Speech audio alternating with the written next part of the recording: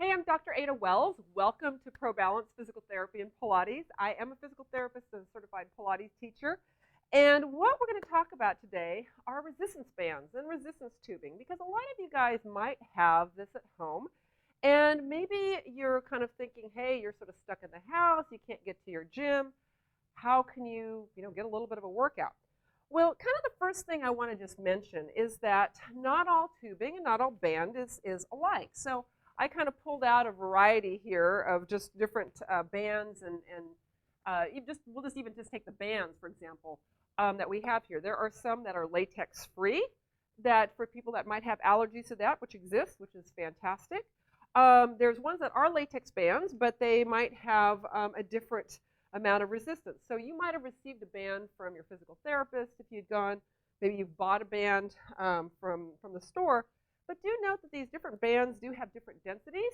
And so depending on what you're doing, sometimes if you try to follow along on an exercise program, it might be appropriate for one exercise routine and maybe not as effective in another one. So it is helpful sometimes if you have the option to just buy like an entire set of bands, just to have that so that way you have options.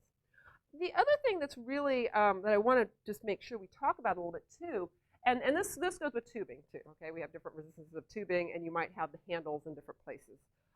Certainly you don't have to ever hold on to the handles. You can always hold on just to the tube itself. But one thing that's important is to understand that these things don't last forever. Bands do have a shelf life. And especially if you perhaps have lived someplace where maybe they were in a dry place, they were in the sun, they might get brittle and crack, and if you've gotten a little hole in it, that could be a weak point where if you pull far enough, it could snap and break. Now, usually it just snaps you and that's fine, but you know what? Sometimes there's freak accidents, and you don't want to end up having a band snap you in the face or snap you in the eye. So one company, or there's probably a few of these, but one type of band or tubing you might find is these are Slapstick Bands, but they basically, it's tubing, but it has a protective covering over it. So for some reason, this did break.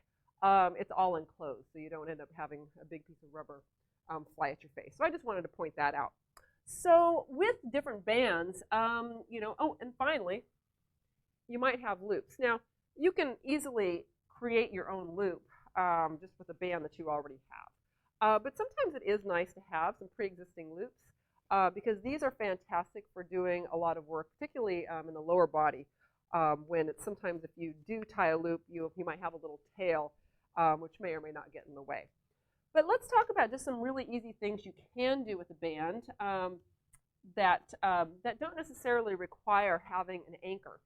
Because sometimes you want to, have a little anchor point, and that you can find various places. You might have an anchor that you can put in a doorway, and then you can actually loop your band in there so you have something to be able to pull. But if you don't necessarily have something, I'm going to show you just a couple of really easy little moves you can do.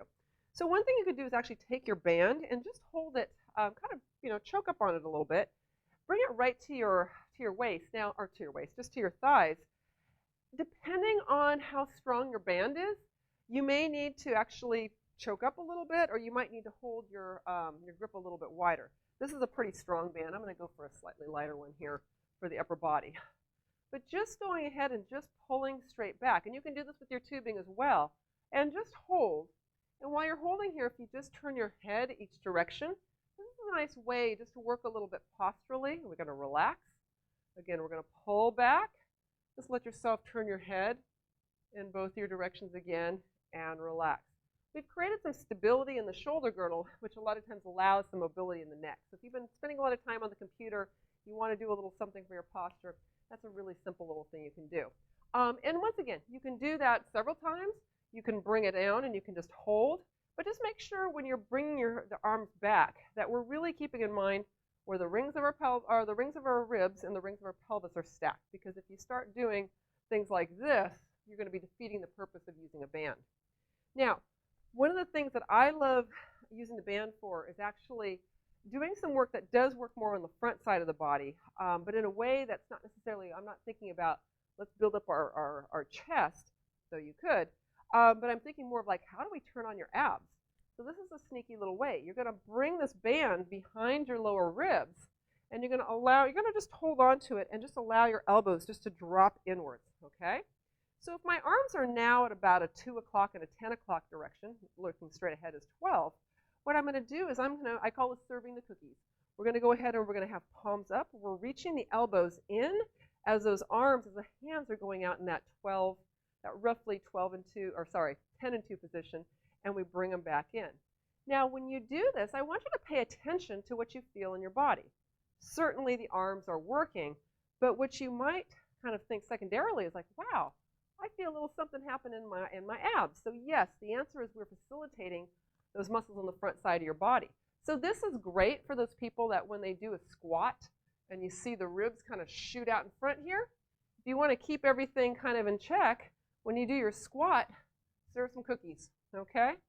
It's all good, cookies and squats, you can't go wrong. So, and just by doing that, you're already starting to increase your heart rate a little bit because now you're using both your upper body and your lower body.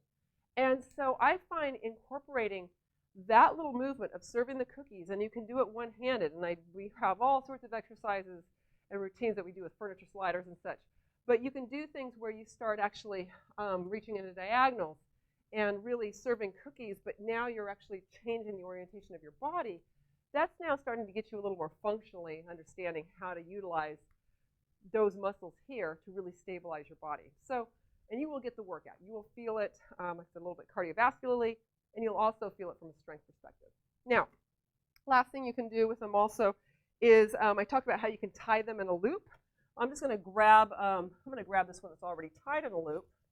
This is why, once again, the ones that are in loops are good to have.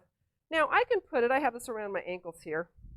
I can put this band around my ankles and do a little shifting back and forth. And just by doing that, you're going to feel like, wow, there's some work happening on the outside of the hips. Hey, let's pretend we're sitting in a chair. Oh, there's a little bit more work going on. Okay, so that makes things a little more interesting. But here's the secret. Here's how we can really make that a little bit more work. We're going to bring that band, and I think what I'm going to do just for a visual, so you can see it better, I'm going to use this yellow band, although I think a green band would be better for me, okay? But I'm going to take this band and I'm going to put it so that it's right at the balls of my feet, and you can see if I spread my feet apart a little bit and I were to let go of a leg, it's going to try to pull my leg in.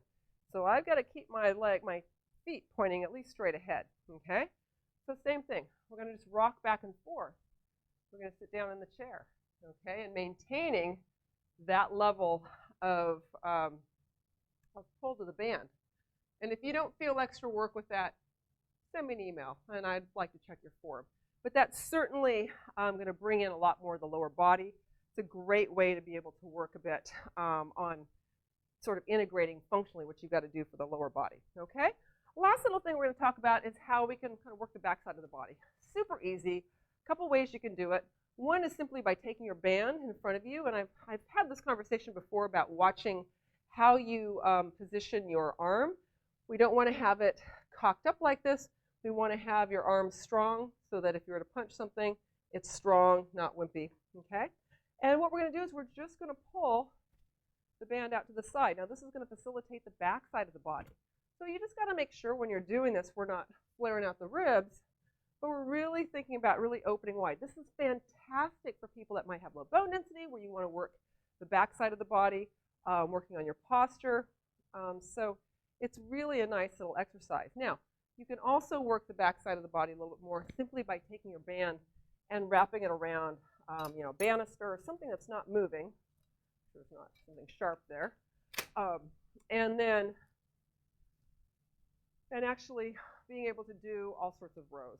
Okay, so these are just very, very easy little movements you can do with your bands. You can hold it there, and add another movement somehow. So nothing says you've got to just do one single movement. You might as well add some multiple planes of activity just to make things interesting. Finally, last thing I'm going to add is something I call pull-aparts. And this just works a little bit more of the, just your rotator cuff. So if you just take your band and you just hold it here so that it's, your hands are just, there's a little bit of stretch in them, but your arms are kind of neutral here. My thumbs are pointing up. All we're going to do is we're going to pull the band apart, and then we're going to slowly bring it back in. Okay, pull it apart, and slowly back in. So this is starting to work those little smaller muscles that are helping to kind of stabilize the shoulder. Okay, so it doesn't take a lot of those to make you tired. In terms of when people are asking, well, how many of each do I do? You know what? Some of that is going to depend on what size band you're using. If you're using a really strong band, a really thin band, it may depend on what your intent of the exercise is. Sometimes if it's just to activate something, it doesn't necessarily need to be super strong. You just need to have a little bit of feedback. And sometimes the bands can be fantastic for that. So anyways, if you're looking for some more ideas on ways to use a band, I do have some of these in our exercise program, or Be Well, Stay Well program, which is an online class program. So certainly feel free to join us if you'd like. But otherwise, there are lots and lots and lots of things you can do with your bands. Just do make sure that you pay attention to how they're wearing, and then note that you have quite a choice. All right, we'll see you next time.